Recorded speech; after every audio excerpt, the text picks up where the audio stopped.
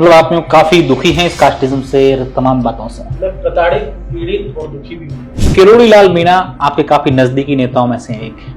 किस तरीके से देखते हैं उनके फ्यूचर का वर्तमान में? नजदीकी नहीं, मुझे उनकी स्टाइल पसंद है। लोग तो उल्टा होते हैं कि पत्रकार से नेता बनते हैं, नेता से पत्रकार बना। अब राजस्थान में जो 5 विधानसभाओं पर उपचुनाव होने वाले हैं, उनको किस तरीके से देखते हैं? मुझे पता पड़ जाता है क्या। अच्छा चलो, वो तो पता। अब क्या होने वाला है ये बता दो। इन दिनों आपसे प्रदेश के कोई एक बड़े नेता काफी खफा है। और राजस्थान की राजनीति में दोनों तरफ बड़ा बदलाव हुआ। यहाँ प्रदेश की सियासी गलियारों में ये चर्चाएं हैं कि जिस तरीके से लगातार किरोड़ी लाल मीणा का इस्तीफा, उसके बाद उन्होंने साफ तौर पर एक कार्यक्रम में आदिवासी दिवस के दिन भी कह दिया कि मैं जो चाह रहा था वो हुआ नहीं, या जो मैं मांग रहा था हुआ नहीं। असली खिचड़ी तो महलों में पकड़ी। अच्छा, आप बता रहे हैं कि बड़ा बदलाव होगा मार्च अप्रैल तक। जनवरी से लेकर अप्रैल तक मुझे लगता है। जनवरी से अप्रैल के क्या बदलाव होगा ये मत पूछना। ये क्या होता है, जाट, राजपूत, मीणा, गुर्जर, कब तक जातिवाद करते रहोगे? जातिवाद कर रहे थे जब तो मुगल हमारे पे हावी हो गए। सिर्फ अपनी राजनीतिक रोटियां सेकने के लिए कुछ लोगों ने वहां पर जाट राजपूत बांट दिए। मैं आपसे जानना भी चाहूंगा, आप किन 2 राजनेताओं की तरफ इशारा कर रहे हैं? रविंद्र भाटी ने किया ना सीधे सीधा। लेकिन एक पत्रकार को तो किसी धर्म जाति की तरफ नहीं देखना चाहिए। सभी जातियां उनके लिए तो समान होती हैं। क्या मतलब? आप बार बार कर रहे हैं हिंदू धर्म को नुकसान हुआ है। नमस्कार, द खटक में आप सभी का स्वागत है। आज हम एक ऐसी शख्सियत से मुलाकात करेंगे, या यूं कहें कि उनका आपसे परिचय करवाएंगे। हालांकि मीडिया की दुनिया में ये परिचय के मोहताज नहीं है, लेकिन कई सारी इनकी ऐसी बातें हैं जो जानने योग्य भी हैं। मेरे साथ जितेश कुमार जी हैं, भारत रफ्तार न्यूज चैनल के एडिटर हैं, और बखूबी राजनीति में ये काफी सक्रिय रहते हैं। इसके अलावा प्रदेश की राजनीति, इनके व्यक्तिगत जीवन और इनके संघर्ष की बातों पर भी इनसे काफी चर्चाएं करेंगे।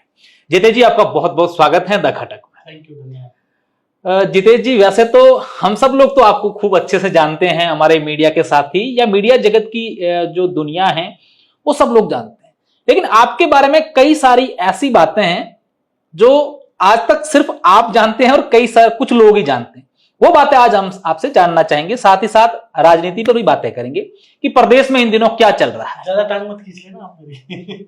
टाइम तो फिर टांग ज्यादा मत खींच लेना। अच्छा, टांग नहीं खींचनी है, टाइम की बात कर रहे हैं। अच्छा, टांग तो कैसे, आपकी तो टांग कैसे खिंचाई हो सकती है?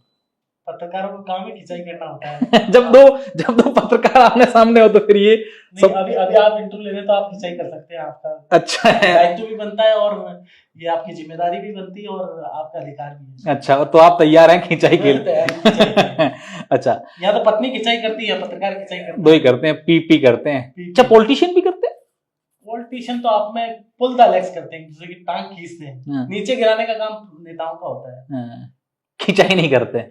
खिंचाई करते हैं, लेकिन वो अधिकारियों की करते हैं। लेकिन आजकल तो वो दौर भी चला गया कि अधिकारियों की खिंचाई हो रही हो कहीं भी। आजकल का दौर ऐसे हो गया, मतलब आज मैं एक नेता का इंटरव्यू ले रहा था पिछले दिनों, तो वो ये कह रही थी कि मतलब इंदिरा बिश्नोई का इंटरव्यू लिया जो भौरी देवी हत्याकांड में थी। तो 13 साल बाद वो कैमरे के सामने आई। तो पूरे राजस्थान में चर्चित इंटरव्यू था। तो वो कह रही थी कि मेरे पिताजी, उनके पिताजी मंत्री रहे थे, दिग्गज नेता थे राजस्थान के। उन्होंने कहा मेरे पिताजी जब नेता थे तो उस समय अधिकारी डरते थे, खौफ था नेताओं का। लेकिन आज दौर खत्म हो, उल्टा हो रहा है। अधिकारी जा रहे हैं नेताओं के पास, अधिकारियों के पास नेता जा रहे हैं, लाइन लगा। ब्यूरोक्रेट्स हावी है, ये कहना चाह रहे हैं? बिल्कुल। अच्छा, आप में राजधानी में हैं, ऐसा लग रहा है आपको? नजर आया कभी? क्या मतलब? आप यहाँ राजधानी में हैं, प्रदेश की राजधानी में है, यहाँ सारा ब्यूरोक्रेट्स यहीं है, तो आपने कभी ये फील किया है, एहसास किया है कि ऐसा होता है? हो रहा है ऐसा। होता क्या है? हाँ। हो रहा है। होता क्या है? हो रहा है। दिख रहा है। एवरीबॉडी सीइंग, जो हर कोई देख रहा है। हो ही रहा है ये। चलो, इस पर अपन बाद में बात करेंगे। अच्छा, मैं आज तो इस इंटरव्यू में खासकर आपके बारे में जानना चाहता हूँ। जितेश भाई की शुरुआत पत्रकारिता में क्यों है? क्योंकि आपकी, अगर मैं बैक में जाऊं तो आप तो नेता बनना चाहते थे, चुनाव भी लड़े हैं कई सारे। पीड़ित शोषित लोगों की सेवा करता करता मैं पत्रकारिता में आ गया और खुद पीड़ित हो गया।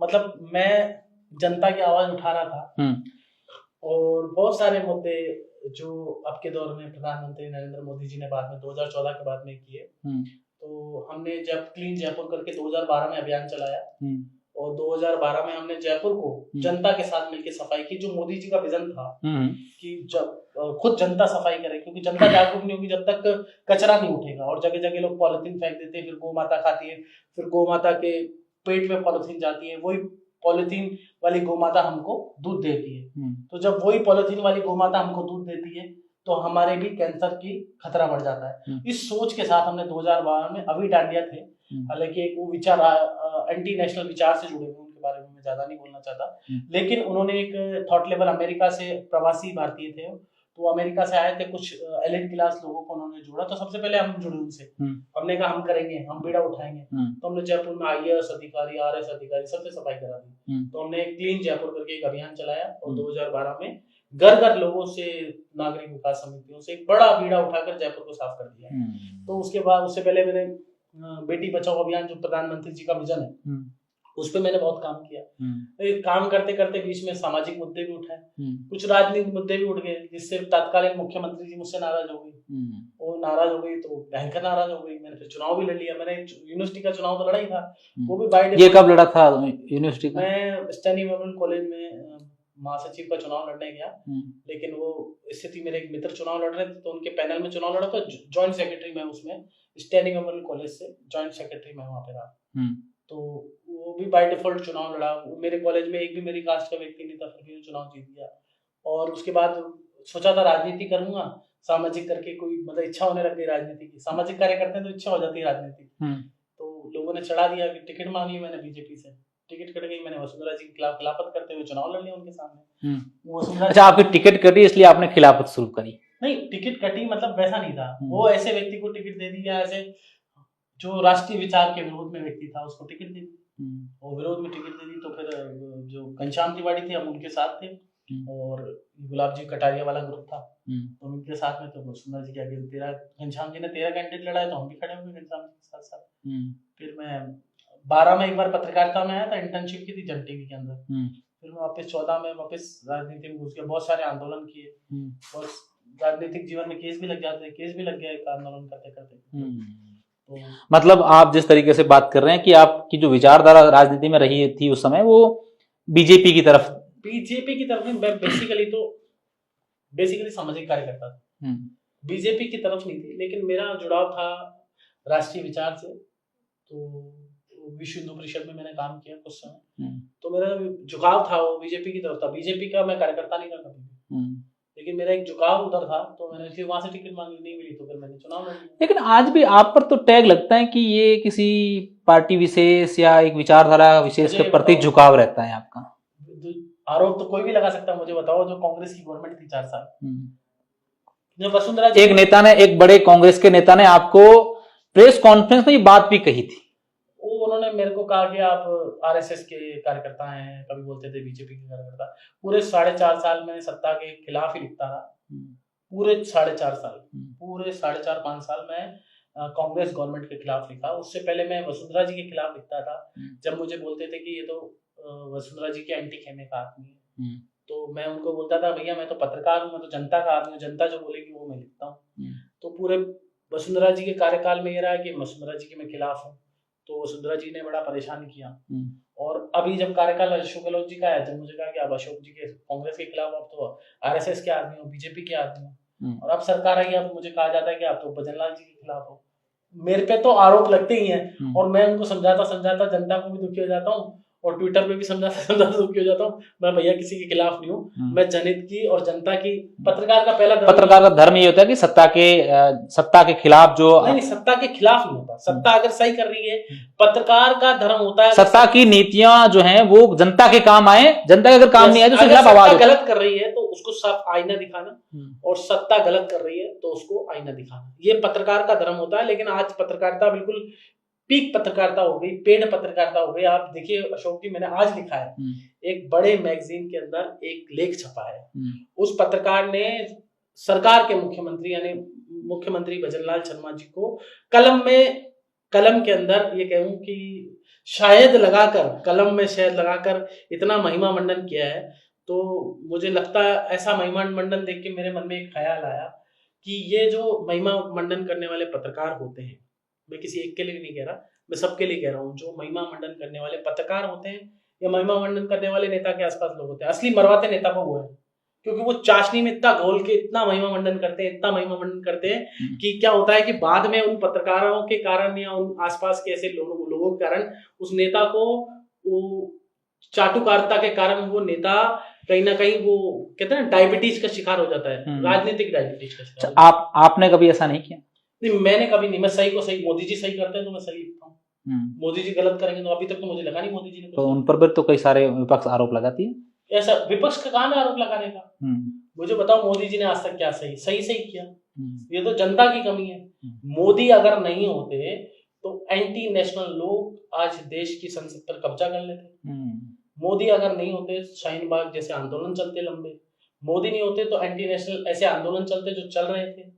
तो मोदी अगर नहीं होते तो बांग्लादेश जैसे हालत है ना देश में हो जाते आज। मोदी है जो सब कुछ है। आप बताइए ऐसा कौन सा प्रधानमंत्री होता है कि वो सोते नहीं है? आपको पता है कि 24 घंटे में से वो 20 घंटे ही सोते हैं कई बार।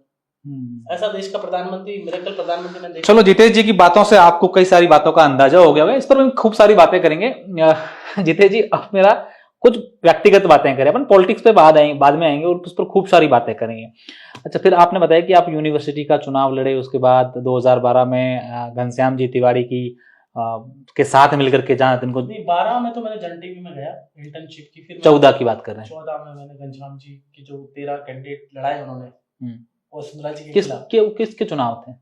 नगर निगम के चुनाव थे जयपुर में। हाँ। तो मेरे साथ तो बड़ा हास्यास्पद वाकया भी हुआ उस दौरान। जब नगर निगम के चुनाव लड़ रहे थे तो मैडम के इधर से मुझे एक प्रमुख व्यक्ति का फोन आया कि आपको युवा मोर्चा में एक बड़ी जिम्मेदारी देंगे प्रदेश के अंदर, आप बैठ जाओ, क्यों चुनाव लड़ रहे हो? तो वसुंधरा जी के उधर भी इनपुट ये था कि बहुत अच्छा काम करता है, क्योंकि मैंने सामाजिक बहुत सारे काम किए। एक बेटी बचाओ अभियान चलाया पूरे राजस्थान के अंदर, जहाँ जिनकी बच्चियां हुई उनको हमने एक तुलसी का पौधा 1 किलो मिठाई दी। मतलब बच्चियां कैसे सेफ हो, गर्ल्स को कैसे सेव किया जाए, क्योंकि अनुपात लड़के लड़कियों का अनुपात कम हो रहा था राजस्थान में लगातार, क्योंकि कोख में ही उस वक्त मारा जाता था बच्चियों को। उस वक्त दौड़ ये ज्यादा था चलन, अभी तो बहुत कम हुआ है, लेकिन उस समय बहुत ये जो कन्या भ्रूण हत्या का बहुत मामला चल रहा था, तो हमने उसको बहुत काम किया। तो वसुंधरा जी को भी लगा, तो उन्होंने मुझे फोन कराया कि आप बैठ जाओ। मैं बैठा नहीं, तो फिर मेरा अपहरण भी हुआ। मेरा अपहरण करके एक नेता के घर पे ले गए और वहां मुझसे जबरदस्ती साइन कराया। मैं वहां से चुपचाप निकल के आया, मैंने वापस ले लूंगा फॉर्म, तो फॉर्म भर दिया था। तो भास्कर के फ्रंट पेज की खबर थी कि अपहरण करके मैंने फिर मेरे नाम से कोई और चला गया, वो नामांकन उठा लाया, बाकायदा कोर्ट में केस दर्ज हुआ। मैंने वहां जाके हंगामा कर दिया 300-400 लोगों के साथ में जाके, फिर नामांकन मेरा वापस हुआ। तो फिल्म की जो स्टाइल है, फिल्मी स्टाइल में तो मैं चुनाव लड़ा हुआ। मतलब काफी रोचक कहानियां हैं। पत्रकारिता में एक किस्सा आपका ये भी है कि आप एक बार दिल्ली जाते हैं और दिल्ली में एक जॉब के लिए, फिर वहां आपको काफी संघर्ष करना पड़ता है, क्या वो कहानी? नहीं, पत्रकारिता की नहीं है कहानी, बड़ी दिलचस्प है वो भी। कि मैं जब 12वीं पास की तो उसके बाद ही मैं जॉब पे लग गया। मैंने कार बेची, मैंने घर घर जाके सिम बेची, और मैं ग्रेजुएशन के बाद एक बार मैं दिल्ली चला गया। मेरे घर वालों ने कहा कि भाई तुम यहाँ नेतागिरी करते हो, तुम दिल्ली जाओ। मैं जब चुनाव जीत गया था कॉलेज का, तो मैं दिल्ली चला गया। मेरे को जॉब नहीं मिली, तो रात को मैं गुरुद्वारे के बाहर सो गया, रोड पे फुटपाथ पे। खाना भी गुरुद्वारे में खाया 2-3 दिन तक। फिर मैं एक छप्पर वाला मकान लिया मैंने। मेरी मम्मी गवर्नमेंट की सर्विस करती थी, अच्छे डिपार्टमेंट थी, अच्छे अधिकारी थे, लेकिन उसके बावजूद मैं ऐसी स्थिति में रहा। घर से बात हो गई, घर वाले के नेतागिरी करता तो कुछ है नहीं, तो मैं वहाँ चला गया। नाराज हो गए थे? नाराज होके गया था। वहाँ जॉब नहीं मिली 3-4 दिन तक। फिर मैंने एसेंचर्स और बहुत सारी कंपनी, मल्टीनेशनल कंपनियों में वहाँ काम किया। मेरा आज अगर मैं वहाँ होता तो मेरा 20 लाख का पैकेज होता करीब साल का, 20 से 40 लाख भी हो जाता। उस दौर के अंदर ही मेरी सैलरी थी 50,000 रुपए, जो पत्रकारिता में मैंने कभी नहीं कमाया 50,000। ईमानदारी से पत्रकारिता की तो कभी 20,000 मिलती थी, कभी 30,000 मिलती थी। शुरुआत में तो सैलरी भी नहीं मिलती थी। मैं एक कैमरा लेके आया था, मैं स्टिंगर था, जैसे आप भी स्टिंगर से आपने शुरुआत की है। अशोक जी बहुत अच्छे पत्रकार है, स्टिंगर से शुरुआत की और आज राजस्थान के जाने माने पत्रकार। अरे सर, ऐसा कुछ भी नहीं, जाने माने तो काहे के। बोला अशोक जी आपका भी संघर्ष है। तो मैंने स्टिंगर जब मैं बना था, जिस चैनल में आप काम कर रहे हैं उस चैनल में स्टिंगर था मैं, फर्स्ट इंडिया के अंदर। तो फर्स्ट इंडिया के अंदर मैं स्टिंगर था, तो मेरे पास पैसे भी नहीं थे। तो मैं बोले कि कैमरा लेके आओ, आपको एक विधानसभा जो सांगन है जहाँ मैं रहता हूँ, उस विधानसभा का स्टिंगर बनाया। तो उसमें उन्होंने सोचा यार नेता आदमी पत्रकारिता कैसे करेगा। तो ऐसे ही मतलब बाय डिफॉल्ट पत्रकार बन गया। मेरे को शौक था लिखने का, और मैं लिखना, मेरी टाइपिंग स्पीड बहुत अच्छी है। मैं प्रेस नोट लिखते लिखते पत्रकार बनाऊं। मैं खुद का एक संगठन था मानसरोवर युवा मंच, उसमें प्रेस नोट लिखता था, खुद ही टाइप करता था। पैसे भी नहीं होते थे, 10-20 रुपए भी, कि मीडिया वालों को अपने प्रेस विज्ञप्ति भेज दूं, तो मैं खुद ही टाइप करता था। तो प्रेस नोट लिखते लिखते मैं पत्रकार बना। और मेरी आज की इतनी अच्छी स्पीड है, 50 के ऊपर मेरी स्पीड है। मैं खुद ही कुर्ती देव में लिखता हूँ, हालांकि मुझे मंगल में नहीं आती, मैं कुर्ती देव में हिंदी टाइप करता हूँ। तो प्रेस नोट लिखते लिखते मैं पत्रकार बना। लोग तो उल्टा होते हैं कि पत्रकार से नेता बनते हैं, मैं नेता से पत्रकार बना। तो आपका जो है वो हमेशा से झुकाव राजनीति की तरफ रहा है, जैसा आपने बताया। तो क्या भविष्य में भी ये सोच रहे हैं कि यार राजनीति का कोई झुकाव नहीं था। हाँ, चुनाव वो तो मैं लड़ लिया ऐसी स्थितियां परिस्थितियों में। मेरी झुकाव सिर्फ सामाजिक कार्य की तरफ था। और मैं आज भी ऐसी बात नहीं, जैसे राजनीति का मतलब भी तो समाज सेवा होता है। ठीक है अशोक जी, आप भी करते हैं, मुझे पता है, बहुत लोगों की सेवा करते हैं और बहुत लोगों की मदद करते हैं। मैंने आपके बहुत सारे वीडियो ऐसे देखे कि आप अपने बाड़मेर के क्षेत्र में और राजस्थान में कई ऐसे दूर दराज में जिस अंत्योदय की बात करते हैं, अंतिम व्यक्ति तक पहुंचने की, तो और कोई नेता पहुंचे नहीं पहुंचे, अशोक सेहरा जरूर पहुंच जाते हैं। तो मेरा भी ऐसे ही था। तो मैं ऐसे ही सेवा करता था अंतिम छोर तक के व्यक्ति की। अंत्योदय की बात होती है, पंडित दीनदयाल उपाध्याय ने की थी, अंतिम छोर तक के व्यक्ति को लाभ जाना चाहिए सत्ता का, और अंतिम छोर तक के व्यक्ति तक पहुंचना चाहिए। जैसे आपके बाड़मेर के अंदर कल राज्यपाल जी पहुंच गए अंतिम गांव में, और जो हिंदू सिंह जी सोडा, उनसे आप पूछना, उन्होंने अभी ट्वीट भी किया। मैंने उनके गांव की 3 साल पहले स्टोरी की थी कि वहाँ पानी की कितनी किल्लत है। उसके बाद केंद्र सरकार जागी और उनके घर पे हर घर नल के जल के, जो मैंने गजेंद्र सिंह शेखावत जी को भी निवेदन किया था कि इनके पानी नहीं आ रहा, सीमा से सटा हुआ गाँव है, हिंदू सिंह जी बहुत अच्छा काम कर रहे हैं, तो अब वो पानी आने लगा। तो बेसिकली क्या है कि चाहे पत्रकार रहो चाहे राजनेता रहो, पत्रकार और राजनेता में अंतर नहीं रहता ज्यादा। पत्रकार भी नेता ही होते हैं आगे। आप गौर करो, मुझे बताओ कौन सा पत्रकार नेता नहीं, मैं आपको नाम से बता दूं। आप बताओ चलो। सारे पत्रकार नेता है। पत्रकार नेता नहीं होगा तो पत्रकारिता नहीं कर सकता अच्छी, क्योंकि पत्रकारिता एक विजन मिशन और मिशन से होती है, विजन और मिशन से होती है। आपके पास यही नहीं पता कि कौन राजनेता क्या कर रहा है, कौन नेता क्या कर रहा है, उसका अगला कदम क्या होगा, तो आप पत्रकारिता नहीं कर सकते। सूत्र बहुत इंपॉर्टेंट होते हैं, सूत्र कुछ नहीं होते, ये सब फर्जी सूत्र चलाते हैं। जितने लोग चलाते हैं आप देखिए फर्जी सूत्र चलाते हैं। लोग मुझे कहते हैं कि यार आप भगवान हो क्या? मैंने कहा क्यों? मैंने कहा सतीश पुनिया हटेंगे हट गए, मैंने कहा ये हटेंगे हट गए, मैंने कहा ये होगा हो गया। तो लोग ये कहते हैं कि यार आपको क्या ईश्वर ने कुछ क्या है, आपके पास जानकारी कहाँ से आती है? कभी कभी वो सोचते हैं कि यार आपके पास इतनी सटीक जानकारी क्या आती है? जो मैंने बोला आज तक वो हुआ। आप ट्विटर को उठा के देखिए। ऐसा क्यों? मैंने बोला अरविंद केजरीवाल जेल जाएंगे, जेल चलेंगे। अंतर्यामी है? मैं अंतर्यामी नहीं हूँ। मेरा स्पेकुलेशन जो है ना, जो मेरी सोचने की क्षमता है, जो मैं सोच पाता हूँ जर्नलिस्ट की ये हो सकता है, तो वो होता है। ऐसे कैसे पता लगती है वो हट गया, वो हट जाएंगे, या वो नए आएंगे, या वो जेल जाएंगे? ये समीकरण। राजनीति में समीकरण होते हैं। राजनीति में आपको सारे पैतरे सोचने पड़ते हैं। अच्छा, अरविंद केजरीवाल शतरंज की तरह है राजनीति।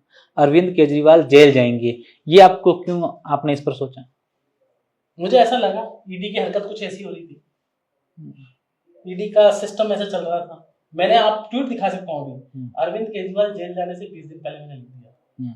सतीश पुनिया के हटने से पूरे राजस्थान बोले थे प्रतिशत देंगे, मैंने पहले लिख दिया। मुझे पता था क्या होगा, मुझे ये पता पड़ जाता है भगवान की दया से, ईश्वर की दया से, और साथ ही मेरा ऐसा पॉलिटिकल, मैंने इतने झटके खाए ना जीवन में, और पत्रकारिता में इतने झटके खाए कि मुझे पता पड़ जाता है क्या। अच्छा चलो, वो तो पता। अब क्या होने वाला है ये भी बता दो। अब क्या होने वाला? हमारे दर्शक काफी यूं बैठे हैं आपकी बातें सुनने के लिए कि अब क्या होने वाला। चलो आपने ये बता दिया कि मुझे सब पता चलता। राजस्थान की राजनीति में बड़ा बदलाव होगा, और वो बदलाव होगा जनवरी से लेकर अप्रैल के बीच में, कभी भी हो जाएगा। तो पंडित जी ये भी हम आपसे जानना चाहें कि क्या बदलाव होगा, क्या कुछ होने वाला है? देखो, एक तो अभी संगठन मंत्री तो मुझे लगता है बीजेपी के अभी आ जाएंगे, और राजस्थान की राजनीति में दोनों तरफ बड़ा बदलाव होगा, कांग्रेस और बीजेपी में दोनों। जो दिख रहा है वो होगा नहीं, होगा वो दिखेगा नहीं। यहाँ प्रदेश की सियासी गलियारों में ये चर्चाएं हैं कि जिस तरीके से लगातार किरोड़ी लाल मीणा का इस्तीफा, उसके बाद उन्होंने साफ तौर पर एक कार्यक्रम में आदिवासी दिवस के दिन भी कह दिया कि मैं जो चाह रहा था वो हुआ नहीं, या जो मैं मांग रहा था वो हुआ नहीं। और उसके बाद अब कुछ दिन पहले ये चर्चा भी थी कि यहाँ के जो निर्दलीय विधायक हैं उन्होंने अपनी एक अलग बैठक की। कुछ खिचड़ी पक रही है या फिर सिर्फ सोशल मीडिया की चर्चाएं हैं। खिचड़ी तो पकी रही है, पहले दिन से पक रही है। खिचड़ी तो पहले दिन से पक रही है, पकाई जा रही है। असली खिचड़ी तो महलों में पक रही है। अच्छा, हाँ, खिचड़ी तो महलों में पक रही है, रॉयल महलों में खिचड़ी पक रही है। इशारा साफ है आपका। तो यूनिस खान अगर खिचड़ी पका रहे हैं तो इशारा उसी तरफ है ना। कैसे यूनुस खान कैसे खिचड़ी पका रहे? तो आप सब कुछ ही पूछ लेंगे क्या? मैं नेता थोड़ी हूँ, मुझे क्यों विवादों में डाल रहे हैं? नहीं, बात तो क्या है, बात जब शुरुआत, देखिए यूनिस खान वसुंधरा राजे से जुड़े हैं। वसुंधरा राजे साफ तौर पर वो अपने आप को मुख्यमंत्री देखती थी। उन्होंने इस चुनाव में लोकसभा में भी इनडायरेक्टली उनके लोगों ने खिलाफत की, और उससे पहले जब विधानसभा के चुनाव थे उसमें भी खिलाफत की। साफ जाहिर हो गया इनडायरेक्टली, ऊपर तक मैसेज है। तो ये तो साफ दिख रहा है कि वही करा रही है। अच्छा, वही करा रही है, और कौन कराएगा? आप बता रहे हैं कि बड़ा बदलाव होगा मार्च अप्रैल तक, जनवरी से लेकर अप्रैल तक, मुझे लगता है। जनवरी से अप्रैल के क्या बदलाव होगा ये मत पूछना। नहीं, ये नहीं पूछूंगा, ये मैं ट्वीट करूंगा उस दिन बताऊंगा आपको। 20 दिन पहले करोगे? मैं दिसंबर में कर दूंगा। अच्छा, आप जो कह रहे हैं ये खिचड़ी जो पक रही है, इसका असर राजस्थान में अभी 5 विधानसभा में नहीं, इसमें तो होगा ही होगा, लेकिन ये इनका जो है ना, ये बेसिकली दबाव में लेने का एक खेल है कि राज्यसभा को कैसे इफेक्ट किया जाए। प्लानिंग राज्यसभा की है। अच्छा, कि राज्यसभा में कैसे बीजेपी के खिलाफ वोटिंग हो, जो भजनलाल जी शर्मा अभी समझ नहीं पा रहे। ये साजिश किसके खिलाफ हो रही है? भजनलाल जी सीधे आदमी, मैं आपको बता दूं क्लियर बात, वो अच्छे आदमी है, अच्छे व्यक्ति है, सीधे व्यक्ति हैं। और वो उनके साथ प्रॉब्लम क्या है कि वो चाटुकारों से घिर गए। प्रॉब्लम ये है, और उनको कोई सही बताने वाला नहीं कि यहाँ गलत हो रहा है, यहाँ सही हो रहा है। मुझे ऐसा लगता है जर्नलिस्ट कि उनको कोई सही मार्ग नहीं दे पा रहा है। कहीं ऐसा तो नहीं कि जितेश भाई को नहीं बुला रहे हैं, उनसे बात नहीं कर रहे हैं, इसलिए बात होती है उनसे। अभी उस दिन वो विधानसभा के बाद भी सबसे ज्यादा मुझसे बात की, मेरी बात होती है। मेरे अच्छे मित्र हैं वो, पुराने दौर में जब हम लोग साथ ही बीजेपी कार्यालय कवर करते थे तो उनसे बहुत अच्छी मित्रता है। ऐसा कुछ नहीं है उनसे। लोग फालतू के अफवाह उड़ाते हैं मेरी भजनलाल जी से कोई लड़ाई, मेरी कोई लड़ाई नहीं है उनसे। की लड़ाई है? मेरे को कुछ जीवन में मुझे कुछ प्राप्ति नहीं करना तो मेरी लड़ाई गई थी। मेरे को कुछ एक्सपेक्टेशन ही नहीं है, मुझे कुछ चाहिए ही नहीं किसी से। तो मुझे एक ट्रांसफर भी किसी से आज तक नहीं मैंने कराया। तीनों मुख्यमंत्री उठा के देख लो, किसी के पास भी गया हो तो जाता मैं सबके पास। अशोक गहलोत जी के खिलाफ लिखता था लेकिन फिर भी बुलाते थे। लेकिन ऐसा नहीं कोई काम लेके आज तक गया। लेकिन नाराज जरूर देते अशोक गहलोत जी। लेकिन अशोक गहलोत जी की एक अच्छी खासियत थी कि वो ये कहते थे कि जो विरोधी पत्रकार, वो विरोधी बोलते थे कि जो सत्ता के खिलाफ लिख रहा है तो वो हमारे आंखें खुल रहा है। मैं उसको बुरा नहीं मानता। एक बार मुझे उन्होंने बुला के बोला कि जो सत्ता के खिलाफ लिखता है मैं उसको बुरा नहीं मानता। मुझे हमारी आंखें खोलती कि अधिकारी क्या गलत कर रहा है, क्या नहीं कर रहा है। आज के दौर में मुझे लगता है कि नेताओं का स्तर बड़ा गिर गया है। जो महिमा करने वाले पत्रकार है वो अच्छे लगते हैं, लेकिन वो भविष्य के लिए खतरनाक है। उनके बच्चों के भविष्य के लिए, हमारे बच्चों के भविष्य के लिए, देश के लिए बहुत ही खतरनाक, बेहद खतरनाक। अगर सत्ता गलत कर रही है तो आपको आंखें खोलनी चाहिए, लेकिन बायस किसी के प्रति नहीं होना चाहिए। ये मैं एजेंडा ही लेके बैठ जाऊंगी भजनलाल जी शर्मा बुरे हैं, ऐसा थोड़ी है। अच्छे काम भी किए उन्होंने, यूसीसी लेके अच्छा काम है। सही काम क्या नहीं हुए भजनलाल जी जो आपकी नजरों में है? आप मतलब जितेश कुमार की नजरों में नहीं बल्कि पत्रकार के दृष्टिकोण से? पत्रकार के दृष्टिकोण में बता रहा हूं मैं आपको कि बहुत सारी चीजें नहीं हो पाई। एक तो वो कुछ लोगों में बंद के रह गए, मतलब सम पीपल, कुछ लोग हैं जो उनको बांध के रख दिया, वो जैसा करते हैं वैसा करते हैं। जबकि मुख्यमंत्री को सबसे बात करनी चाहिए। मैं कह रहा हूँ कि आपका दुश्मन उससे बात करनी चाहिए, और मुख्यमंत्री को कास्ट में नहीं फंसना चाहिए। मुख्यमंत्री कास्ट का नहीं होता, मुख्यमंत्री पूरे देश का होता है, राजस्थान का होता है। वो प्रधानमंत्री है, प्रधानमंत्री को मेरी कास्ट थोड़ी करता है। वो तो सबका साथ सबका विकास, उनका विजन भी वही है, इनका विजन भी वही होना चाहिए। लेकिन कहीं ना कहीं कभी कभी ऐसा सोशल मीडिया पे हम चर्चा देख लेते हैं कि एक कास्ट का फेवर कर रहे हैं, कास्ट के लोग उनके पास ज्यादा है, तो वो मुझे बड़ा दर्द होता है कि वो एक अच्छे लीडर हैं उसके बावजूद। मतलब आप कास्टिम्स के जो है वो उसका थोड़ा सा, मैं जातिवाद के खिलाफ हूँ, खिलाफ बोलता हूँ। हमारे पत्रकारों में भी होती है, लेकिन मैं कास्टिज्म के पूरे खिलाफ हूँ। मैं कहता हूँ कि बांग्लादेश की स्थिति आज देश को देखनी चाहिए। बांग्लादेश में कैसे कट्टरपंथियों ने हमला किया, पहले तो संसद पे हमला किया, राजनीतिक हमला हो, एक आंदोलन होते, छोटा छात्रों का आंदोलन होते, राजनीतिक हमला था। उसके बाद सीधा सीधा हिंदू समाज को प्रताड़ित पीड़ित करने लगे, मारने लगे। तो हमारे देश को सोचना चाहिए, हम कहाँ बट रहे हैं, जाट, राजपूत, मीणा, ये ओबीसी, एसटी, एससी। भैया एक समाज में आप जहाँ रहते हो सब एक रहो। ये क्या होता है, जाट, राजपूत, मीणा, गुजर, कब तक जातिवाद करते रहोगे? जातिवाद कर रहे थे जब तो मुगल हमारे पे हावी हो गए, जातिवाद कर रहे थे जब तो हमारे पे अंग्रेज हावी हो गए। जातिवाद हमारे भारत सोने की चिड़िया था, है और रहेगा। हमारे भारत को सोने की चिड़िया से अगर तोड़ा है तो उस जातिवाद के जंजल ने, मतलब जातिवाद की जंजीरों ने तोड़ा है। आप सोचिए, ये जातिवाद की जंजीरें इतनी खतरनाक है भारत के लिए, अगर आज हम नहीं समझे तो आने वाला कल हमारे लिए खतरनाक होगा। जैसे बांग्लादेश में हालत है, भारत में हो जाएगी। मैं आपको लिख के दे सकता हूँ, ये स्टाम्प पे लिखवा लो मुझसे कि बांग्लादेश से बुरे हालत भारत के हो जाएंगे अगर हमारा समाज जातिवाद से निकला। ये मीणा है, ये जाट है, और राजनीतिक तौर पर लोगों ने बांटने का काम किया, ये कास्टिज्म करके, राजनीति करके। आप पार्टी है, आपकी काम है राजनीतिक लोगों का, लेकिन अब आप बाड़मेर की स्थिति बताइए, जाट राजपूत अलग अलग होगा, क्या हालत होगा बाड़मेर में? अरे तुम चुनाव था जब तक करते, अब तक तुम्हारे आपके इधर बाड़मेर के अंदर विवाद चल रहा है। आज तक पूरे हिंदू समाज को खत्म कर दिया वहां पर, 2 राजनेताओं के कारण पूरा समाज खत्म हो गया। सिर्फ अपनी राजनीतिक रोटियां सेकने के लिए कुछ लोगों ने वहां पर जाट राजपूत बांट दिया। आने वाली पीढ़ियों के लिए खतरनाक है। बड़ी मुश्किल से ये वहां कास्टिज्म खत्म हुआ था बाड़मेर के अंदर। इस बार पहली बार इस चुनाव के अंदर बहुत बड़ा नुकसान हुआ, जो आने वाली पीढ़ियों के लिए खतरनाक है। आप बताओ, नहीं हुआ क्या? मैं आपसे जानना भी चाहूंगा, आप किन 2 राजनेताओं की तरफ इशारा कर रहे हैं? रविंद्र भाटी ने किया ना, सीधे सीधा रविंद्र भाटी ने किया। रविंद्र भाटी के जो लोग थे उन्होंने कास्टिज्म किया, मतलब रविंद्र भाटी के मुंह पे बोला मैंने तो। रविंद्र भाटी ने नहीं किया तो रविंद्र भाटी के कार्यकर्ताओं ने किया। भाई कास्टिज्म तो हुआ ना। और दूसरे उमेद राम ने भी किया।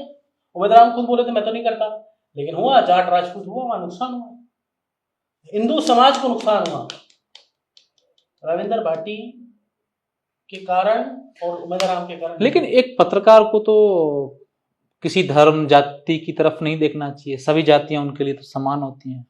क्या मतलब? आप बार बार कर रहे हैं हिंदू धर्म को नुकसान हुआ है, तो मैं तो गर्व है मुझे, इसमें क्या है? मैं सनातनी हूँ, सनातन था, सनातन रहूंगा। भारत हिंदू राष्ट्र था, है और रहेगा। भारत हिंदू राष्ट्र था, है और रहेगा। हिंदू एक जीवन जीने की शैली है। हिंदू कोई धर्म नहीं है। हिंदू धर्म कट्टरता भी नहीं सिखाता। कोई हिंदू भी कोई कट्टर है तो वो गलत है। हिंदू कोई धर्म थोड़ी है। आप कह रहे हैं आपको पता है कि हिंदू धर्म है क्या? मुझे बताओ, हिंदू धर्म है क्या? हिंदू धर्म है क्या? मानते हैं सब लोग हिंदू धर्म? अरे हिंदू धर्म नहीं है ना, जानकारी नहीं है लोगों को हिंदू धर्म है क्या है। हिंदू वे ऑफ लाइफ है, जीवन जीने की शैली है, हिंदू धर्म नहीं है। तो हम तो जीवन जीने की शैली की बात कर रहे हैं। अगर इसमें मेरी पत्रकारिता पे कोई सवाल उठाए तो उठाना, तो कोई फर्क नहीं पड़ता मुझे। मेरी तो नौकरी चलेगी हिंदू राष्ट्र के कहने पर। मैं टीवी 9 में मेरी नौकरी चलेगी भाई। मैंने लिखा था भारत हिंदू राष्ट्र था, है और रहेगा। मेरे एचआर ने सवाल पूछा मुझे फोन करके कि आप ये लिख रहे हो, आप तो बिल्कुल भारत को बांटने की बात कर रहे हो। मैंने कहा भारत हिंदू क्या है, हिंदू क्या है। मैंने उनको भी ये लिखा, हिंदू से सिंधु बना, सिंधु से हिंदू बना। लो कॉफी। और हम जब आए थे, हम पता है पाकिस्तान से आए हैं हम लोग। अच्छा। मेरे दादाजी पाकिस्तान से आए हैं, सिंध से। तो मैंने कहा हम हिंदू तो है। हिंदू माने क्या? Way of life. तो मैंने कहा मैंने ये तो लिखा। बोले कुछ लोग मुस्लिम विरोध कर रहे हैं, ये कर रहे हैं, आप माफी मांगे। स्वाभाविक बात है, विरोध तो होगा। तो मैंने कहा करने दो। उन्होंने कहा माफी मांगो, मैंने नहीं मांगी, उन्होंने टर्मिनेट कर दिया इस बात को। चलो अब हम कुछ और बातें भी करेंगे। आपने बड़ी अच्छी बातें जिनको समझ में आए, कुछ चीजें अच्छी इन्होंने बताई हैं। अब मैं आपसे प्रदेश की राजनीति में कुछ लोगों के बारे में जानना चाहूंगा। किरोड़ी लाल मीणा आपके काफी नजदीकी नेताओं में से एक है, किस तरीके से देखते हैं उनके फ्यूचर का वर्तमान में? नजदीकी नहीं है, मुझे उनकी स्टाइल पसंद है राजनीति की। मुझे बाबा का जो संघर्ष है ना वो पसंद है। मतलब ऐसा नहीं कि वो कोई मेरा आइडियल पॉलिटिशियन है या मैं उनके थ्रू कोई राजनीति करना चाहता हूँ। मुझे वो पसंद है, बेसिकली मुझे संघर्ष करने वाला नेता पसंद है। मैंने उनको पूरे 4.5 साल 5 साल सड़कों पर देखा है। बाबा अपनी गाड़ी में लुगड़ी साथ में और अपना कपड़े साथ में रखते थे और एक बिस्तर साथ में रखते थे, जहाँ जाते थे वहाँ बदला देते थे। तो जनता के लिए ऐसा नेता मतलब भगवान है। आप मानो नहीं मानो, आज कौन है ऐसा नेता राजस्थान में? मुझे एक नाम बता दो कि जनता के लिए सड़क पे बैठ जाए तुरंत, एक नेता बता दो आप, मैं अपनी पत्रकारिता छोड़ दूंगा। हनुमान बेनीवाल। हनुमान बेनीवाल एक निश्चित है, एक सीमित क्षेत्र तक है, नागौर के आसपास, जोधपुर के आसपास जो उनका गढ़ है वहां वो करते हैं राजनीति, पर वो भी अलग तरह की राजनीति है उनकी, उनका स्टाइल अलग है। लोग कुछ ब्लैकमेलर भी कहते हैं, कुछ दल बदलू भी कहते हैं। मैं तो इस तरह के शब्द इस्तेमाल नहीं करूंगा कि वो संघर्ष करते हैं, ये सही बात है। हरीश चौधरी से मेरे मतलब ताल्लुक नहीं रहा, लेकिन वो भी अच्छे नेता है बाड़मेर के, और बाड़मेर में उन्होंने संघर्ष किया है, लेकिन वो भी कास्टिज्म में फंस गए। बताओ उन्होंने भी क्या बोला, कुएं वाला क्यों बोला? बड़ी मुश्किल से चुनाव बाद ये राजपूत जाट वहां आपके इधर लड़ाई थमी थी, फिर लड़ाई हो गई। हम क्या अपनी राजनीति करो, आप राजनीति करो, लेकिन क्या समाज को मैसेज दे रहे हैं? जाट राजपूत लड़ाई कर लो, बांट लो, काट लो, हमारी आने वाली पीढ़ी क्या करेगी? कब तक ऐसा चलता रहेगा? जातियों में बांटकर कब तक नेतागिरी करते रहेंगे? नेतागिरी करो विकास के नाम पर, नेतागिरी करो विकास के नाम पर, ना धर्म के नाम पे होनी चाहिए, ना जाति के नाम पे होनी चाहिए। किसके नाम पे नेतागिरी होनी चाहिए? विकास के नाम पर। आपने क्या किया 5 साल में, इस बात की नेतागिरी होनी चाहिए। आप राजनीति करते हो 5 साल में, आपने जनता के बीच जाके क्या किया, इस बात की बात करो। जाटपुर, राज, मीणा, गुजर, ये क्या की राजनीति है? इससे तो आप 100 साल पीछे ले जा रहे हो देश को। आप जाति धर्म में बांट, लेकिन राजनीतिक दल भी हम जितेश भाई देखते हैं कि बिल्कुल गलती है। मैं तो बीजेपी को कहूंगा, अभी बीजेपी ने कहा कि हमने, कांग्रेस ने जातियों में बांटा समाज को। बीजेपी के स्टेटमेंट थे बहुत सारे लीडर्स के, हमें नुकसान हुआ, बीजेपी को नुकसान हुआ लोकसभा चुनाव। तो मुझे बीजेपी ये बताया कि बीजेपी की जो लीडरशिप है, इसमें विधानसभा चुनाव से पहले इन्होंने सम्मेलन कराए थे, यादव सम्मेलन, फिर यादव समाज का बड़ा नेता आ गया, उसमें बीजेपी का एक जाट सम्मेलन में सतीश पूनिया को भेजा गया, एक में हरियाणा के मुख्यमंत्री खट्टर भी आए थे, एक में सैनी भी आए थे, कोई बीजेपी के बड़े नेता। तो ये समाजों के सम्मेलन में क्यों बीजेपी ने प्रमोट किया कि अपने नेताओं को भेजे? सबसे पहले बीजेपी को लगाम लगाना चाहिए कि कास्ट की राजनीति में, मैं नरेंद्र मोदी जी का एक तरह से फैन हूं इस बात पे। आप देखिए मदन राठौड़ जी को बनाना मिरेकल, कोई कास्ट पॉलिटिक्स नहीं है इसमें। एक घांची वो कास्ट के हैं, छोटी कास्ट के, राजस्थान में कम वोटर, ज्यादा वोटर नहीं है उस कास्ट के। जोधपुर के आसपास के, आपको पता है, पाली के आसपास लोग जरूर हैं, लेकिन छोटी कास्ट के ओबीसी की, मूल ओबीसी को उन्होंने अध्यक्ष बनाया। बहुत बड़ा फैसला था सर, बहुत बड़ा। माने नहीं माने, ये कास्ट खत्म ऐसे ही होगी। कास्टिज्म कैसे खत्म होगा? जब हम चीज पे ये ब्राह्मण है, ये मीणा है, ये है, ये कब तक चलता रहेगा? कब तक इस देश को बांटने का काम? अगर ये मीणा और ब्राह्मण और गुर्जर इनमें फंसे रहेंगे ना, तो कोई बड़ी बात नहीं, एक दिन बांग्लादेश, राजस्थान और भारत बन जाएगा। मतलब आप में काफी दुखी हैं इस कास्टिज्म से, तमाम बातों से? मैं प्रताड़ित, पीड़ित और दुखी भी हूँ, क्योंकि पत्रकारिता में बहुत कास्टिज्म है। अच्छा, अरे सर आप क्या बताओ, अदर कास्ट के, एक कास्ट का ही बोलबाला रहता था। और मेरे को तो कई पत्रकार सीनियर मिले, वो कहते हैं कि मतलब 2005 के तक, 4-5 तक तो एक ही कास्ट के पत्रकार ज्यादा थे। हालांकि मैंने उसको कहा कि भाई मैं एक कास्टिज्म में बिलीव नहीं करता, मैं बिल्कुल बिलीव नहीं करता। मैं तो 1% लाइक नहीं करता कि ब्राह्मण है, ये मीणा है, ये गुर्जर है। मैं कह रहा हूँ सभी कास्ट के लोग सभी जगह होने चाहिए, सभी को मौका मिलना चाहिए।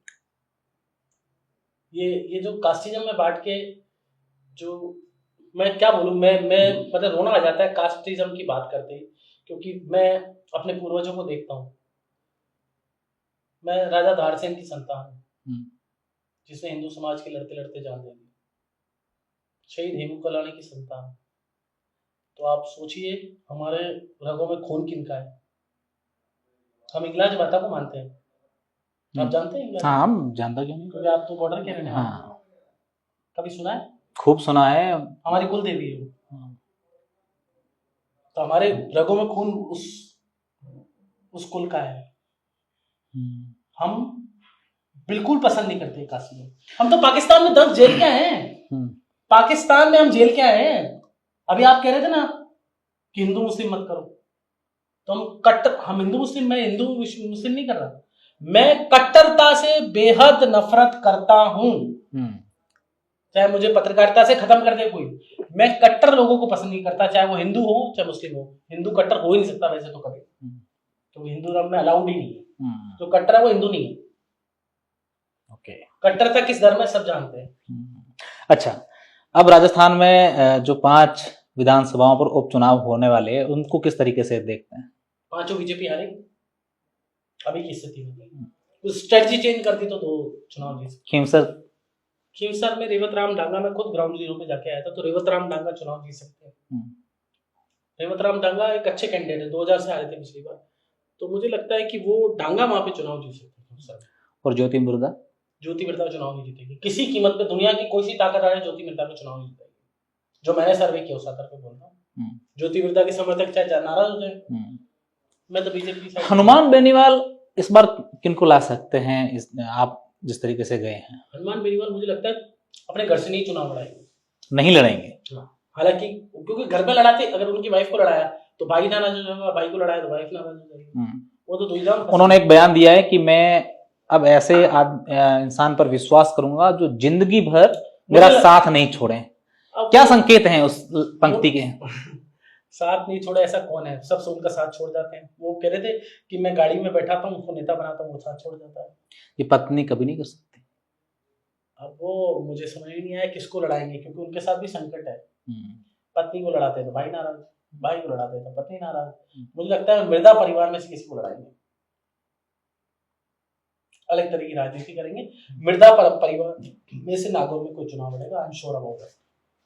ओके, अच्छा, अब जिस तरीके से हम लोग बात कर रहे थे कि तमाम चीजों पर हमने बात कर दी, और आपने एक बड़ा इशारा भी कर दिया है कि आने वाले दिनों में कुछ बड़ा देखने को मिलेगा। हमने ये भी सुना है कि इन दिनों आपसे प्रदेश के कोई एक बड़े नेता काफी खफा है। मेरे से कोई खफा नहीं है, ना मैं उनसे खफा हूं। कौन खफा है? इस वीडियो के माध्यम से मैसेज दे रहे हैं कि मैं खफा नहीं हूं। देखो क्या होता है कि अगर कोई गलत कर रहा हो, मैं हमेशा नीतियों के खिलाफ हूँ। मेरा विचार है, कोई मैंने आपको कहा ना, मैं किसी पार्टी में नहीं हूँ, कोई पॉलिटिक्स पसंद नहीं करता, कोई नेतागिरी नेता कोई राजनीतिक पार्टी थी। मेरा विचार है राष्ट्रीय विचार। और राष्ट्रीय विचार मानी होता है कि अपने राष्ट्र की बात करना, राष्ट्र प्रथम की भावना हो आपकी, देश हित राष्ट्र हित पले हो। इसलिए मेरा देश हित है कि मैं जातिवाद पसंद नहीं करता, ये मेरा देश हित का मामला है। मेरा देश हित है कि मैं परिवारवाद पसंद नहीं करता, ये मेरा देश हित का मामला है। तो ये सब मेरे देश हित के मामले हैं। मेरा देश हित है कि नीतियां ऐसी होनी चाहिए कि सनातन विरोधी नहीं हो, ऐसी नीतियां। और मेरा देश हित है कि भ्रष्टाचार मुक्त भारत और भ्रष्टाचार मुक्त राजस्थान। तो बहुत बहुत शुक्रिया जितेश जी आपका, और उम्मीद करते हैं कि हमारे दर्शकों को ये इंटरव्यू जितेश जी का बहुत अच्छा लगा होगा। कई सारी बातें जो आज हमने खुलकर चर्चा की, और भी आगे जितेश जी से ज्यादा खींच लिया आपने वैसे। नहीं, ज्यादा नहीं है, अच्छी बातें हो गई हैं। चलो, बहुत बहुत शुक्रिया। अभी तक आप लोगों ने हमारे इस चैनल को सब्सक्राइब नहीं किया है, फॉलो नहीं किया है, तो जरूर कर दीजिए।